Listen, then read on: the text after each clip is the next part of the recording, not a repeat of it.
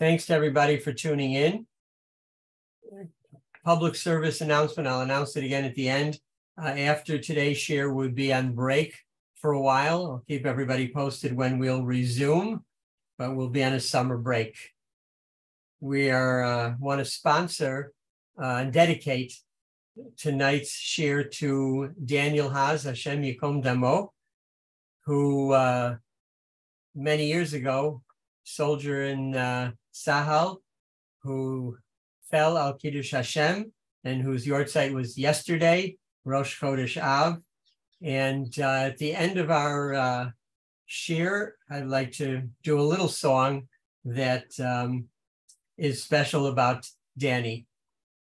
Well, you remember that here as we approach Tisha B'Av, and now having started the 9 days, Bein HaMitzarim. So you remember that we spoke about and talked about the Gemara of Kamsa and Bar Kamsa that discusses the destruction of the Beit HaMikdash. And that was kind of a prequel. And the sequel today, the other most dramatic, amazing story about Rav Yochanan and the 3 wishes, which take us to the end of the destruction of the Beit HaMikdash. We're relying on the Gemara in Gittin and also the Gemara in Brachot to tell this fascinating, amazing story that I want to share with you. I know many or most of you know the story. I think I'll add a few things along the way that perhaps you're not aware of. The setting is Yerushalayim in the year 70 of the Common Era. For 4 years, there has been a great revolt going on against the Romans who are, quote unquote, occupying or subjugating Yerushalayim. Ultimately, as we know, the Beit HaMikdash is going to be destroyed at the end of this revolt. And in the year 73, the Masada will fall. Yavne, as we're going to talk about, will have the Sanhedrin move there. And then in 132 to 135 is the Bar Kokhba rebellion, revolt, which essentially is going to, if not altogether virtually eliminate, Yerushalayim becomes off limits to Jews, and we enter into this exile, this long exile. Rav Yochanan ben Zakkai is quite an amazing individual, as we'll see. One of the things that maybe has him stand out from so many others is that by tradition, he is one of only a handful of people that live to be 120. The others include Moshe Rabbeinu, of course, and also Hillel, who was Rav Yochanan ben Zakkai's Rav, and Rabbi Akiva. And we'll hear a little bit from Rabbi Akiva later as well. So we go back in the time tunnel to the year 70. The city of Yerushalayim is in the grip of a terrible famine. It is surrounded by powerful Roman legions that are led by General Vespasian. Vespasian's troops have brutally conquered the north of Israel and eradicated all resistance in their path. And so the final battle comes down to Yerushalayim. The Jewish factions are concentrated there, and there are a number of different groups. There is a major power struggle. In a sense, there is already a civil war going on within the walls of Yerushalayim. While Vespasian merely watches from a distance, the zealots, also, that's one group. Another group are the Biryonim, or the Sekari, are fighting each other bitterly. Even those that had common goals, nevertheless, were at odds with one another. And their primary motto, their primary goal was to avoid any type of surrender to the Romans. And many battles take place during these 4 years, and thousands of Jews actually die at the hands of other Jews in the course of this pre-destruction of the Beit HaMikdash. Long before, the residents of Yerushalayim had stored provisions in case of a Roman siege, because they knew that was the Roman style, to first conduct a siege, nothing in, nothing out, starve the people. And the wealthy people had donated huge storehouses of flour, oil, wood, enough, says the Gemara, that they could survive a siege of no less than 21 years. However, the zealots, the Biryanim, they did not want to be passive. They wanted an all-out war against the Romans. And they were very unhappy with the attitude of the Chachamim, the sages, who proposed sending a peace delegation out to the Romans beyond the walls of Yerushalayim. And in order to bring things to a head and force their fellow Jews to fight, groups of these militias set fire to the city's food stores, and that condemned its population to starvation in order to prompt them to say, there's no other alternative now but to go out and fight. They also imposed an internal siege on Yerushalayim, so nobody could actually leave for any other purpose other than ultimately, in their opinion, binding together into a fighting force. Well, living within the walls of Yerushalayim, and the greatest of the sages there was Rav Yochanan ben Zakkai. And he foresaw that Yerushalayim was doomed. And he understood that if we are going to survive as a people, we need to transplant the center of Jewish scholarship to another location in order to ensure this continuity after the war is over. And he devised a plan that would allow him to leave Yerushalayim despite the blockade that the zealots had put and barred people from leaving. The head of the Biryonim was named Abba Sikra. From there, that's one of the names that they used for their group. And he was actually the brother-in-law of Rav Yochanan ben Zakkai.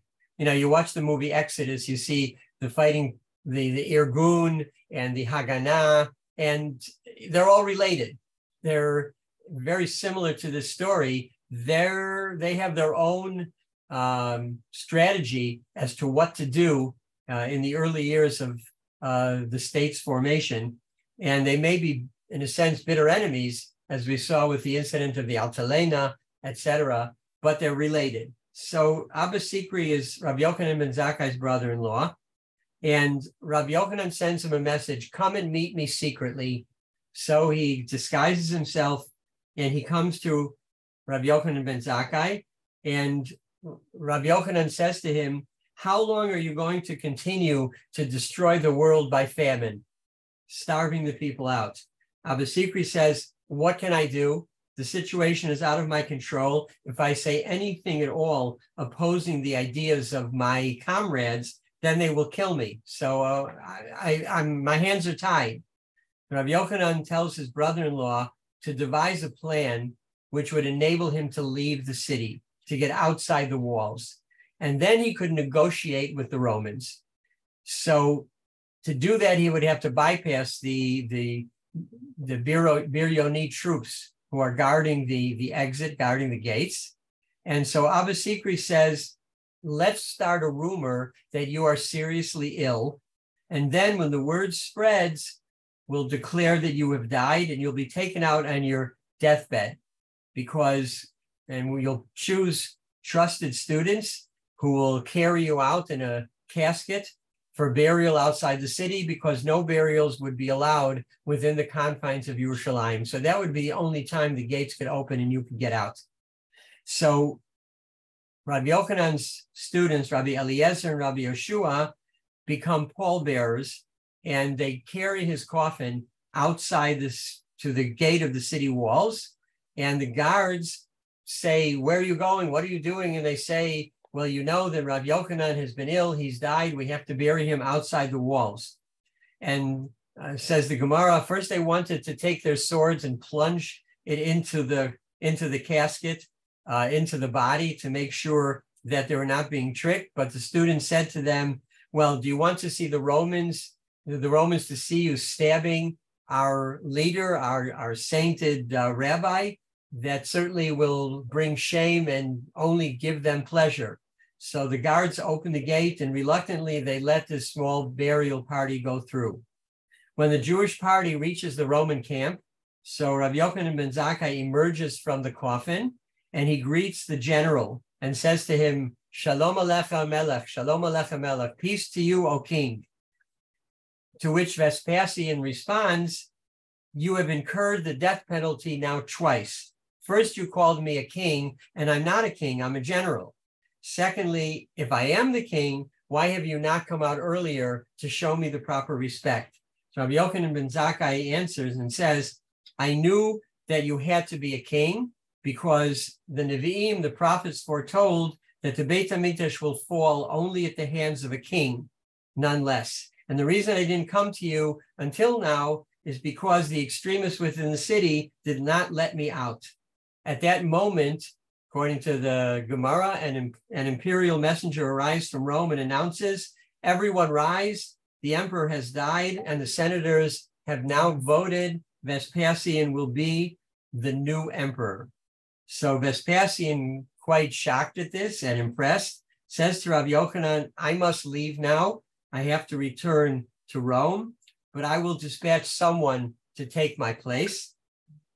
And before I go, he says to him, Ben Zakkai, you may make a request, which I will grant to you. So Rav Yochanan ben Zakkai, in good Jewish fashion, asks for actually three things. He's given one, but he says, okay, as long as you're giving me one, let me have three. What are the three things he asks for? One, that the Romans will guarantee the safety of the scholars of Yavne, where a new Sanhedrin will be located, Yavne v'chachameha. Secondly, that the Romans will guarantee that Rabban Gamliel's family will survive and will not be murdered when the war begins. Thirdly, that the Romans should allow their doctors to heal Rabbi Tzadok, who had been fasting for 40 years, praying for the safety of the city. And as a result of that, he was unable to eat anything. He was very, very ill. And he asked for those three things. It's interesting about the three, in many commentaries, basically asking for Yavne is to continue the Sanhedrin where the great Torah scholars would meet. Asking for Rabban Gamliel because he was from the Beit David, he was from the family of David, to ultimately, obviously, continue the lineage towards Moshiach. And Rab Tzadok was also a Kohen, so we would be able to continue also the lineage of the Kohanim. At this point in the Gemara, Rabbi Yosef and Rabbi Akiva comment and quote a pasuk that says, God sometimes makes the wise person the most foolish because they don't understand. Why didn't Yochanan ben Zakkai, if he was given a wish or several wishes, why didn't he request the preservation of Yerushalayim and the Beit HaMikdash and ask the Roman emperor, give the Jews a second chance? Maybe they will conform and they will not rebel against you, and then you won't have to destroy the city and the Beit HaMikdash. But the Gemara defends Rav Yochanan ben Zakkai and explains his thinking, namely that events had gone too far for such a request to be honored. So in order to preserve the Torah, which is the raison d'etre of the Jewish people, it would have to be located somewhere else temporarily, as Rav Yochanan says, if that is God's will. And that was the beginning of the 2,000-year dislocation of the Jewish people and the Torah from the land of Israel until, of course, our returning in the late 1800s, early 1900s. It's fair to say that if not for the leadership of Rabbi Yochanan ben Zakkai, perhaps we would not be having this shiur. Judaism, as we know it today, might not have survived without his foresight, because it was he that steered the Jewish people during the siege and in the aftermath, and he recognized, at least in one opinion, the futility of trying to defeat the Romans militarily. And he said, better we should cooperate with them and develop some positive relations with the Roman rulers so that we can exist in at least one form. And he also recognized the depth of the spiritual decay that had infected the Jewish people and understood there was a need to rebuild and refocus Judaism in general. Simply fixing what was wrong was pretty much impossible. And recognizing that a request to have a Jewish presence in Yerushalayim would be denied, he would waste his wish. And he had the foresight so to ask for this small enclave in Yavne that would ultimately become a major center of Jewish study and proliferation of the Torah. In fact, many people hold it wasn't just that he said, the Romans will never give me that. They'll never spare Yerushalayim and the Beit HaMikdash. Some want to say that Rav Yochanan ben Zakkai understood that retaining Yerushalayim would actually be harmful to the future of Judaism, that there was a need for a spiritual revolution, a reboot in a sense. And that could only happen in a new place outside of Yerushalayim. And perhaps he had learned the lesson of the first Korban when the Beit HaMikdash was destroyed by the Babylonians, when those people who thought God was on their side and said, I am fighting for God, I'm fighting the holy fight, and therefore I'm not going to succumb to Bavel. They went against the advice of Yirmiyahu and said, there is a time to fight, and there is a time to, in a sense, retreat, and as we would say, keep the powder dry to come back another time. That's what Yirmiyahu said Hashem advised, but they did not listen, of course, to Yirmiyahu. Yirmiyahu said we were not strong enough spiritually to elicit God's help to defeat the Babylonians, but these zealots in that time as well put Yirmiyahu in jail. Some say even executed him. And of course, we know the outcome, that Yerushalayim, the Beit HaMikdash, was lost. So Rav Yochanan ben Zakkai makes a bold decision. But as necessary as this was, it was no easy choice to make. To say that it was controversial would be a great understatement, because members of Rav Yochanan ben Zakkai's own family physically fought to prevent such a thing happening, and they argued strenuously with Rav Yochanan not to do it. And as we said before, even the great sages along with him there said, you're making a mistake.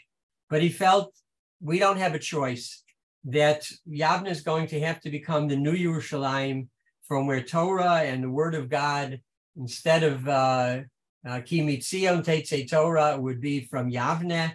And that was crucial to the continuation of the nation. At the same time, Rav Yochanan ben Zakkai worked to ensure that the memory, that the constant thought of the Beit HaMikdash and Yerushalayim would not be lost. So he instituted a number of takanot. We won't go into those, but basically they were designed to ensure that we would never forget Yerushalayim. One of them was, for example, that, interestingly enough, that we would take lulav and etrog for 7 days. In the time of the Beit HaMikdash, only the close proximity of the Beit HaMikdash allowed for taking the Arba Minim past the first day.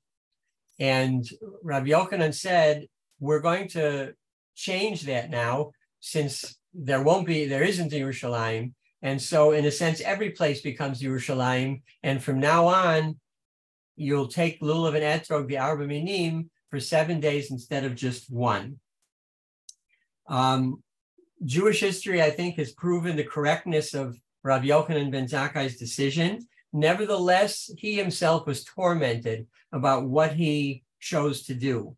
And how could he not be? He was the one who, in a sense, gave away Yerushalayim without a fight, who let the Romans do as they pleased with this place where the presence of Hashem, the Shekhinah, is most manifest. And what if he was wrong? What if he should have said, we'll fight to the death, that God will save us at the last moment, etc.?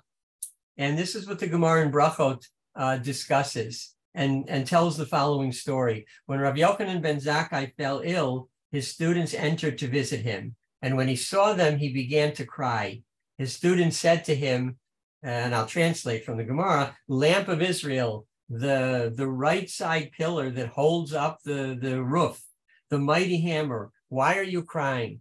And Rav Yochanan ben Zakkai said to them as follows: if I was being led before a flesh and blood king who is here today and gone tomorrow, and if he is angry with me, his anger is not eternal. If he incarcerates me, the incarceration is not eternal. If he kills me, his killing is not for eternity. And perhaps I would be able to appease him with words, with bribes, with money, and even so, I would still cry.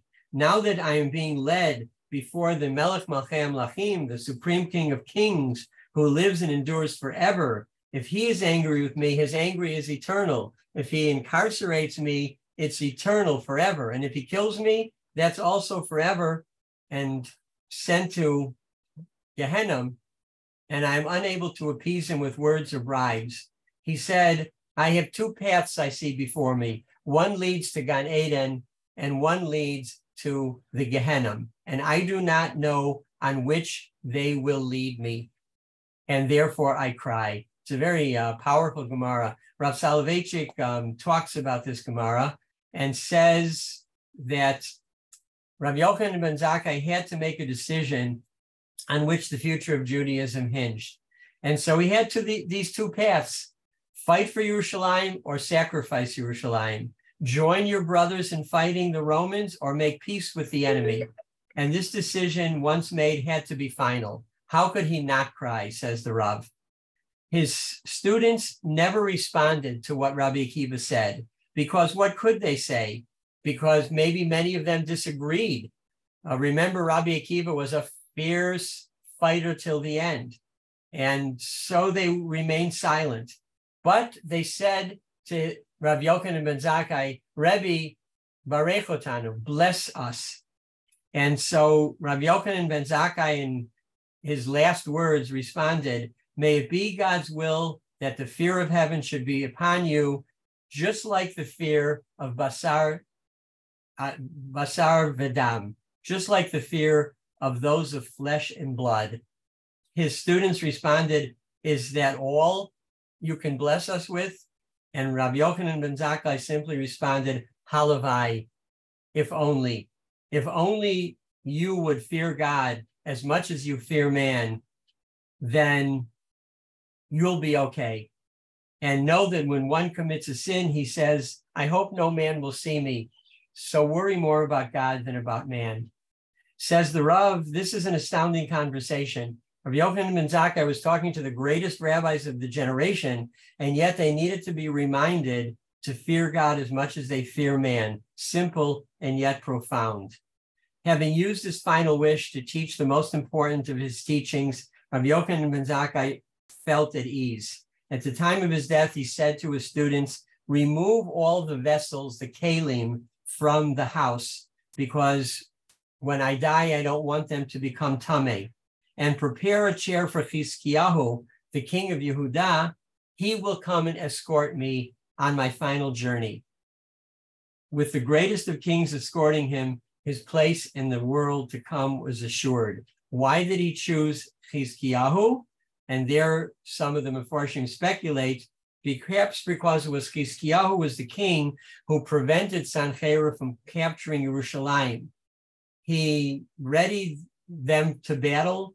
He was fearful, but God intervened, and the war was won without having to fire a single shot. They died by plague. 35,000 of the Assyrian soldiers died from a plague, and Yerushalayim then was saved. While Rav Yochanan did what seems like the exact opposite, different circumstances call for different responses. Chizkiyahu, Rav Yochanan ben Zakkai, according to the Gemara, it seems, would walk hand in hand to Gan Eden. And the two, each in their own way, made crucial decisions. And they turned out the way that they turned out. I want to add one thought, because this story of the terrible turmoil of Rav Yochanan ben Zakkai, what do I do? You know, I'm going against the flow. I'm going against people that say, we believe God is on our side, we're doing the right thing, and nobody is going to change our mind. We're going to have party discipline, in a sense. And nobody is going to vote against us. They're going to do exactly what we think is the right thing. Comes Rabbi Yochanan ben Zakkai and says, I will buck the trend, because I think what you're doing is wrong. It will result in the could result in the demise of not only Yerushalayim, but also Am Yisrael. So last thought that I have is in answer to the question, why was the first Beit HaMikdash restored after only 70 years, but the second Beit HaMikdash is still not rebuilt?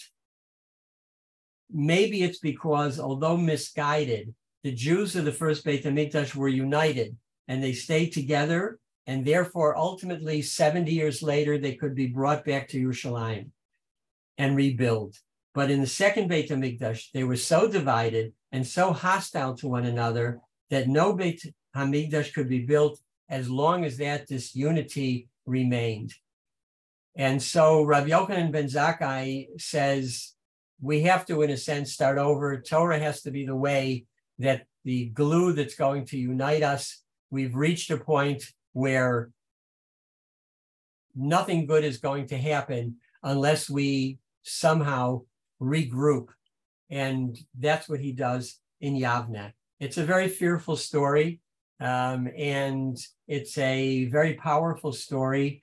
And again, some people hold that until the day he died, Rabbi Yochanan ben Zakkai was concerned, did I do the right thing?